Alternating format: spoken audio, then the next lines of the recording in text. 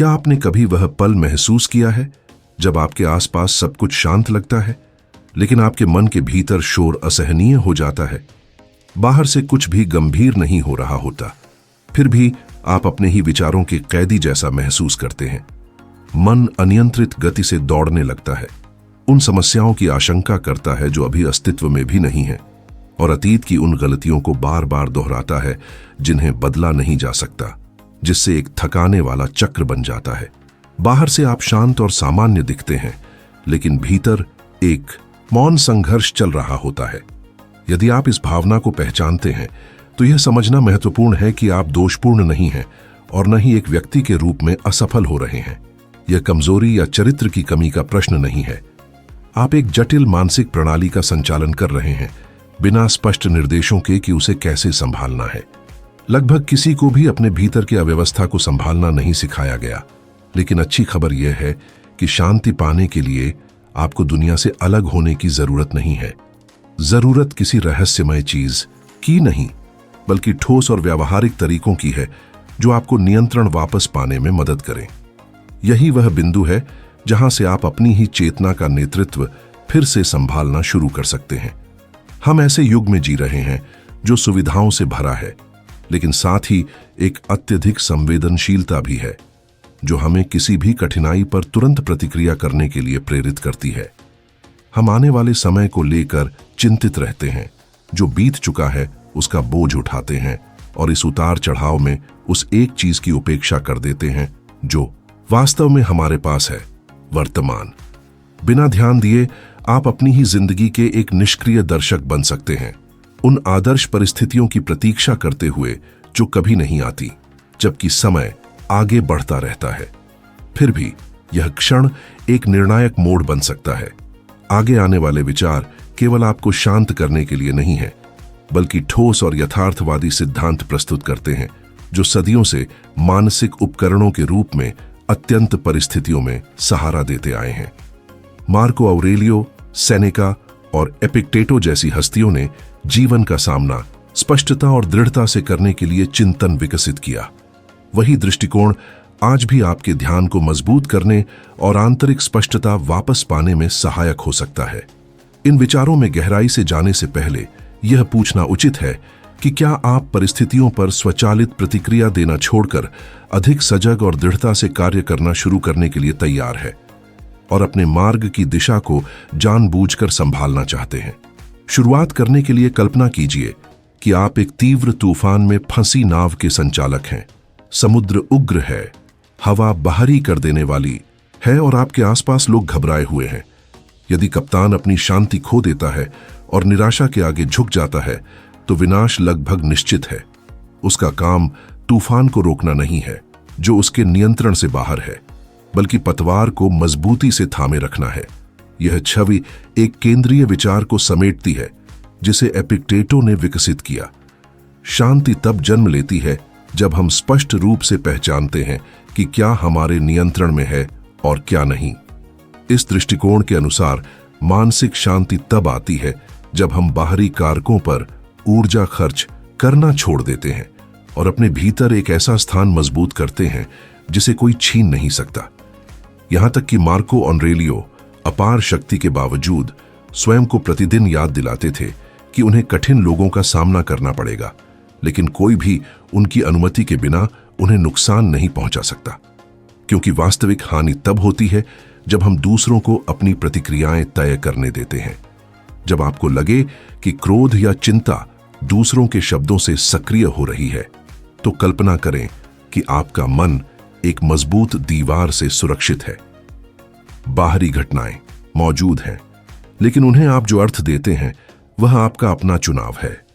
जो कुछ होता है और आपकी प्रतिक्रिया के बीच का छोटा सा विराम ही आपकी सबसे बड़ी स्वतंत्रता है, वही स्थान जहां आप आवेग के बजाय नियंत्रण के साथ कार्य करना चुनते हैं। यह दृष्टिकोण समय के मूल्य से भी जुड़ा है।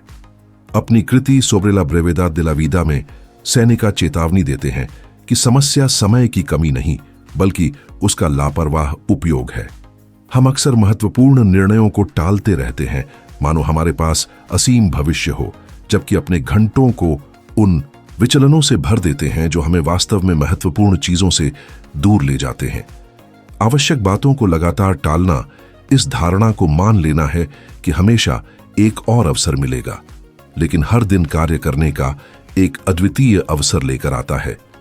स्वयं मार्को ऑरेलियो आराम में ठहर जाने के प्रलोभन पर विचार करते थे और याद दिलाते थे कि मनुष्य का स्वाभाविक कार्य जीवन में सक्रिय भागीदारी करना, सृजन करना और योगदान देना है।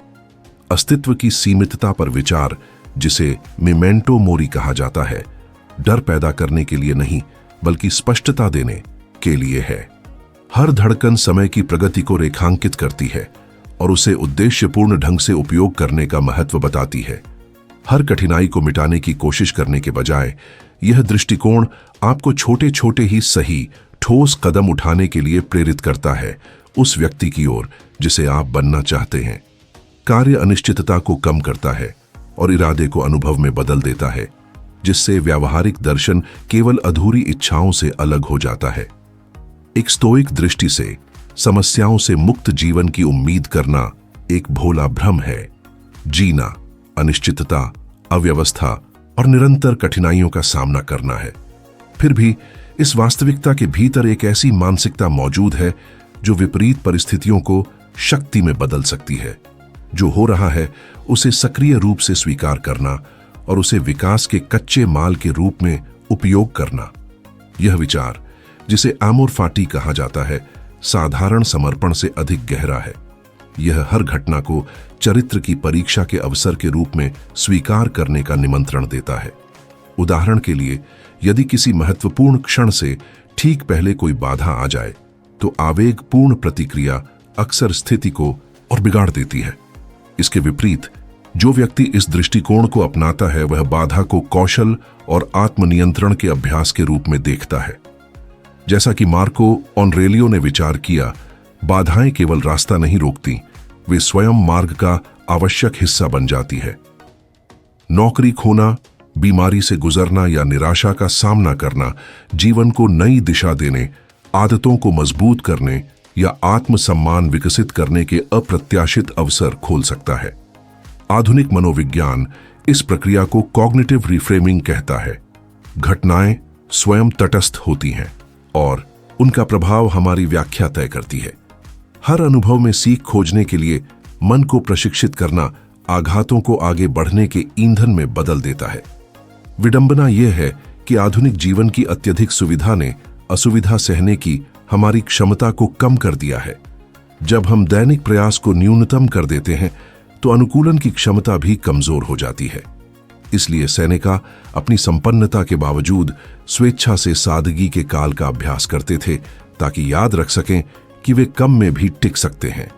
उनकी रणनीति शांत समय में उस चीज का अभ्यास करना थी जिसे खोने से वे डरते थे, यह साबित करते हुए कि व्यक्तिगत पहचान बाहरी विलासिता पर निर्भर नहीं है।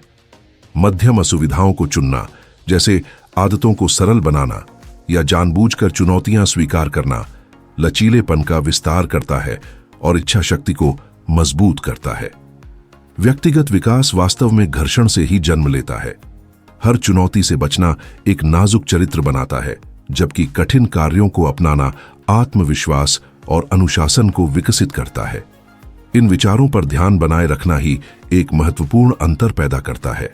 विचलनों से भरी संस्कृति में एकाग्रता बनाए रखना प्रतिरोध का एक रूप है। आधुनिक तनावों का बड़ा हिस्सा लगातार तुलना करने और दूसरों के सामने एक सफल छवि प्रस्तुत करने की इच्छा से पैदा होता है। सदियों पहले सेनेका ने चेतावनी दी थी कि सच्ची गरीबी कम होने से नहीं, बल्कि असीम इच्छाओं से उत्पन्न होती है। दैनिक बेचैनी का बड़ा भाग अपनी जिंदगी को दूसरों के मानकों से मापने से आता है। प्रदर्शित उपलब्धियां, आदर्शीकृत जीवन शैलियां या बढ़ा चढ़ाकर पेश की गई सामाजिक अपेक्षाएं, यह निरंतर तुलना का चक्र, जिसे आज हेडोनिक अडेप्टेशन कहा जाता है, स्थायी अपर्याप्तता की भावना पैदा करता है। इस तंत्र को पहचानना एक अधिक स्थिर आंतरिक आधार वापस पाने में मदद करता है, जो बाहरी स्वीकृति के बजाय व्यक्तिगत मूल्यों पर आधारित होता है। बिना रुके लक्ष्यों का पीछा करना एक अंतहीन ट्रेडमिल पर दौड़ने जैसा महसूस हो सकता है। जैसे ही आप एक लक्ष्य प्राप्त करते हैं, दूसरा और दूर का लक्ष्य सामने आ जाता है। स्टोइक दृष्टिकोण इस निरंतर दौड़ से उतरने का सुझाव देता है, न कि भौतिक सफलता को तुच्छ समझने के लिए, बल्कि उस पर निर्भर होने से बचने के लिए। अपनी अपार संपत्ति के बावजूद सेनेका का मानना था कि असली संपत्ति आंतरिक आत्मनिर्भरता है। जब खुशी, पदोन्नति, प्रशंसा या सामाजिक स्वीकृति से बंध जाती है तो व्यक्तिगत स्वतंत्रता कमजोर हो जाती है। जो कुछ आपके पास पहले से है, बुनियादी सुरक्षा, ज्ञान तक पहुंच, दैनिक आवश्यकताएं, उसे ध्यान से देखना प्रचुरता के उस स्तर को उजागर करता है जो अन्य युगों में असाधारण लगता। कृतज्ञता का अभ्यास कोई सतही इशारा नहीं, बल्कि पुरानी असंतोष भावना के खिलाफ एक सीधा साधन है।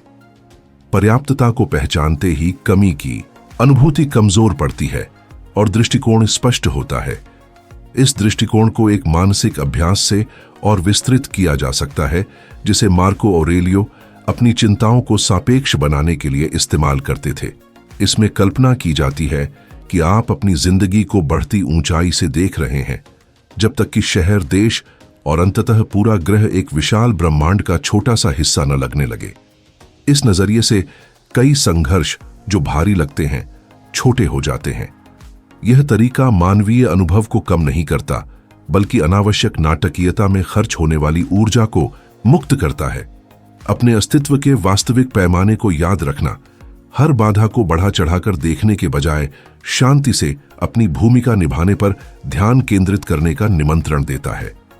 दूसरों के साथ बातचीत करते समय चुनौती और बढ़ जाती है। अकेले में शांत रहना आसान है, उकसावे के सामने शांत रहना असली परीक्षा है। मार्को ऑरेलियो का मानना था कि मनुष्य सहयोग के लिए बने हैं, जैसे एक ही शरीर के अंग। इस तर्क के अनुसार शत्रुतापूर्ण व्यवहार करने वाले लोग प्राकृतिक दुश्मन नहीं, बल्कि अपनी उलझन या पीड़ा से संचालित व्यक्ति हैं।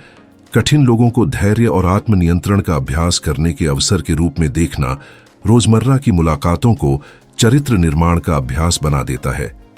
आक्रामकता के सामने संयम से प्रतिक्रिया देना कमजोरी नहीं, बल्कि भावनात्मक स्वतंत्रता की घोषणा है। आपकी शांति दूसरों के व्यवहार पर निर्भर नहीं रहती। अंततः जीवन को समझने के लिए मृत्यु की अनिवार्यता को स्पष्टता और बिना नाटकीयता के स्वीकार करना जरूरी है। संपत्ति, सामाजिक पहचान और यहां तक कि व्यक्तिगत स्मृति की अस्थिरता पर विचार करना अहंकार के लिए असहज हो सकता है, लेकिन इसका प्रभाव मुक्तिदायक होता है। समय के साथ वस्तुएं और उपलब्धियां हाथ बदलती हैं और नाम धुंधले पड़ जाते हैं। यह वास्तविकता दिखाती है कि बाहरी चीजों से अत्यधिक चिपकना शायद ही स्थायी शांति देता है। हर चीज की अस्थायी प्रकृति को पहचानना ध्यान को उस पर केंद्रित करता है जिसे वर्तमान में विकसित किया जा सकता है। कर्मों की गुणवत्ता, चरित्र और हर दिन जीने का तरीका। जब आप स्वीकार करते हैं कि कुछ भी स्थायी नहीं और सब कुछ अस्थायी है, तो स्वतंत्रता का एक अप्रत्याशित रूप उभरता है। यदि अंत में कोई भी भौतिक चीज हमेशा के लिए नहीं रखी जा सकती, तो दूसरों की स्वीकृति या दर्जा खोने के डर में बंधकर जीने का भी अर्थ नहीं रह जाता। वास्तव में निर्णायक बात यह नहीं कि आप क्या जमा करते हैं, बल्कि यह कि आप किस तरह का व्यक्ति बनना चुनते हैं। धन और सामाजिक पहचान नाजुक और बदलने वाले हैं। इसके विपरीत स्टोइक दर्शन वर्तमान में उत्कृष्टता विकसित करने और जीवन के दौरान चरित्र गढ़ने पर जोर देता है। अपने अंतिम संस्कार की कल्पना करना स्पष्टता का एक अभ्यास हो सकता है। बाहरी उपलब्धियों से अधिक दूसरों की स्मृति में वह तरीका रहता है जिससे कोई व्यक्ति अपने आसपास के लोगों को महसूस कराता था। यह विरासत किसी अंतिम क्षण में नहीं बनती, बल्कि रोजमर्रा के इशारों में बनती है। छोटी गलतियों पर धैर्य, हानि के सामने प्रतिक्रिया और निकट संबंधों को दिया गया सच्चा ध्यान। जैसा कि सेनेका ने संकेत दिया, हर दिन एक छोटी पूरी जिंदगी की तरह है। जागना शुरुआत है और सोना समापन। इन दोनों के बीच जो होता है वही अस्तित्व की गुणवत्ता तय करता है। इसलिए हर दिन को इतनी ईमानदारी से जीना उचित है कि लगे वह सार्थक रहा। इन विचारों को अपनाने का अर्थ है उन्हें व्यवहार में लाना। मार्को ऑरेलियो या स्टोइक विचारकों के चिंतन को उद्धृत करना तब तक कम मूल्य रखता है जब तक वे रोजमर्रा की चुनौतियों में ठोस कार्यों में न बदलें। जो ज्ञान लागू नहीं होता वह केवल सिद्धांत बनकर रह जाता है। इसलिए वास्तविक परिवर्तन तुरंत लिए गए निर्णयों से शुरू होता है। किसी छोटे डर का सामना करना, एक स्वचालित शिकायत को रोकना या क्रोध के आवेग को एक सजग प्रतिक्रिया में बदलना। आत्म अनुशासन का मार्ग कठिन लग सकता है, लेकिन उसका पुरस्कार गहरा है। अपनी ही मानसिकता पर अधिकार विकसित करना। बाहरी दुनिया अनिश्चित और कभी कभी अराजक बनी रहेगी, पर एक मजबूत आंतरिक आधार के साथ आप अधिक स्थिरता से कार्य कर सकते हैं। इस दृष्टिकोण को अपनाना इरादे के साथ जीने की प्रतिबद्धता है, यह पहचानते हुए कि अभी जो जीवन बन रहा है वह कोई अभ्यास नहीं, बल्कि वही वास्तविक अनुभव है जिसे पूरी तरह जीना चाहिए।